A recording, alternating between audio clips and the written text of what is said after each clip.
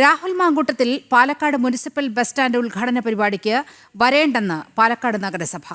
നഗരസഭ vice chairman E കൃഷ്ണദാസാണ് പങ്കെടുക്കരുതെന്നാവശ്യപ്പെട്ട് രാഹുലിന് കത്ത് നൽകിയത്.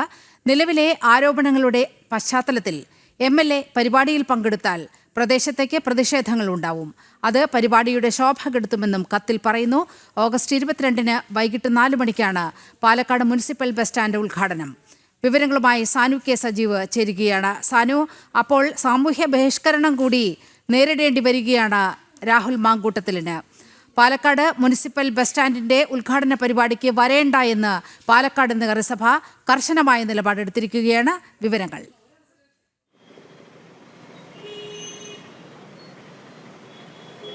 നീലിമ, തീർച്ചയായിട്ടും പാലക്കാട് നഗരസഭയുടെ മുനിസിപ്പൽ ബസ് സ്റ്റാൻഡ് ഉദ്ഘാടന പരിപാടിയിൽ പങ്കെടുക്കേണ്ട എന്നുള്ളൊരു തീരുമാനത്തിലേക്ക്, അതായത് നഗരസഭ ആവശ്യപ്പെട്ടിരിക്കുന്നു രാഹുൽ മാങ്കൂട്ടം MLA മുഖ്യാതിഥിയായിട്ട് നഗരസഭ ബസ് സ്റ്റാൻഡിന്റെ ഉദ്ഘാടനത്തിൽ, മുനിസിപ്പൽ ബസ് സ്റ്റാൻഡ് ഉദ്ഘാടനത്തിൽ പങ്കെടുക്കേണ്ടതില്ല എന്നൊരു തീരുമാനത്തിലേക്ക് എത്തിയിരിക്കുകയാണ്. കാരണം അതായത് കഴിഞ്ഞ ദിവസങ്ങളിൽ അടക്കം ഉയർന്നു വന്നിട്ടുള്ള ആരോപണങ്ങളുടെ പശ്ചാത്തലത്തിലാണ് രാഹുൽ മാങ്കൂട്ടം MLA ഈ ചടങ്ങിൽ പങ്കെടുക്കേണ്ട എന്നൊരു തീരുമാനത്തിലേക്ക് നഗരസഭ എത്തിയത്.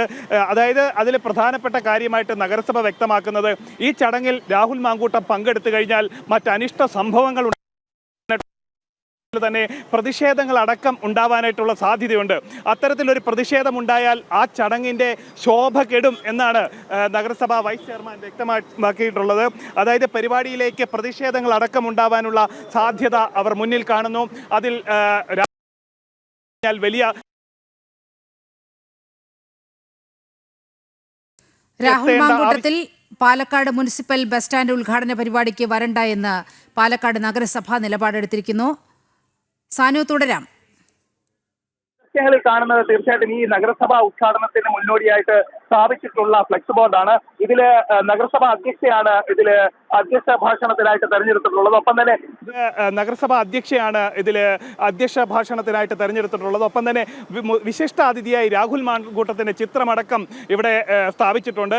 ഇത്തരത്തിൽ വലിയ പ്രചാരണമൊക്കെ നടത്തുന്ന വേളയിലാണ് രാഹുൽ മാങ്കൂട്ടത്തിനെതിരെ പല കോണുകളിൽ നിന്നും സ്ത്രീകൾ ഈ ആക്ഷേപവുമായിട്ട് എത്തുന്നത്. അതായത് രാത്രികാലങ്ങളിൽ തങ്ങൾക്ക് ശല്യമായിട്ട് പാലക്കാട് MLA മാറുന്നു, രാത്രികാലങ്ങളിൽ മെസ്സേജുകൾ വരുന്നു എന്നടക്കമുള്ള കാര്യങ്ങൾ ഉയർത്തിക്കൊണ്ട് അവർ വലിയ വിവാദം ആരോപണങ്ങളുമായിട്ടുള്ള വന്നിട്ടുള്ള അതിന്റെ പശ്ചാത്തലത്തിൽ നിന്ന് അദ്ദേഹം യൂത്ത് കോൺഗ്രസിന്റെ സംസ്ഥാന അധ്യക്ഷ പദം പോലും രാജിവെക്കേണ്ടി വന്നു.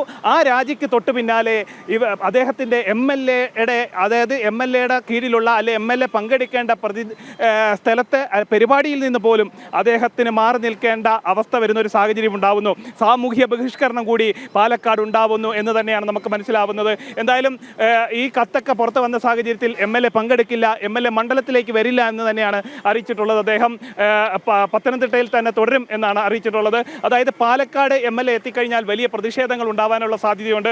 യുവമോർച്ചയും അടക്കമുള്ള പ്രതിപക്ഷ സംഘടനകളെല്ലാം അദ്ദേഹത്തിനെതിരെ വലിയ പ്രതിഷേധങ്ങൾ കഴിഞ്ഞ ദിവസം മുതൽ നടത്തി വരികയാണ്. ഇന്ന് മഹിളാ മോർച്ചയുടെയും ഒപ്പം തന്നെ BJPയുടെ ഒക്കെ നേതൃത്വത്തിൽ വലിയ പ്രതിഷേധമാണ് പാലക്കാട് അരങ്ങേറിയത്. വലിയ സാമൂഹ്യ ബഹിഷ്കരണത്തിലേക്ക് നീങ്ങുകയാണ് പാലക്കാട്ടുകാർ.